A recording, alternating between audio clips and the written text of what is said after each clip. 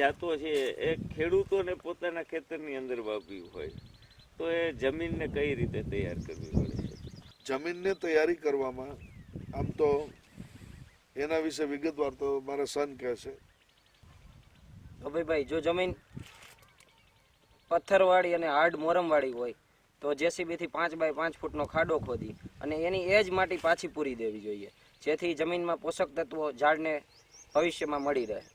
અને જો જમીન પોચી કાળી અને ભરભરી માટીવાળી હોય 12 બાય 15 ઇંચનો ખાડો કરવો અને ડબ્બા વાવવા હોય, વાવેતર કરવાનું હોય તો 1.5 બાય 1.5 ફૂટનો ખાડો કરવો જોઈએ. બરોબર છે. અને આ બધું જ ખેડૂતો પરફેક્ટ રીતે સમજી શકે એના માટેનું યોગ્ય માર્ગદર્શન તમે ખેડૂતો જે કલમ લેવા આવે છે એમને મળી રહે. અને કલમ કેવી પસંદ કરવી જોઈએ ખેડૂતોએ?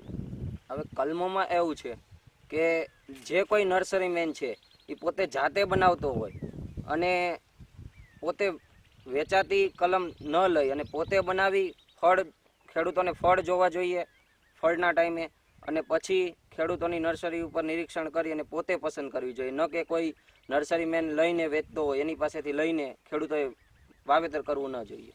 બરોબર છે. નરેશભાઈ, એક પ્રશ્ન મને એ થાય છે કે તમે એક પદ્ધતિસરનું આનું વાવેતર હોય છે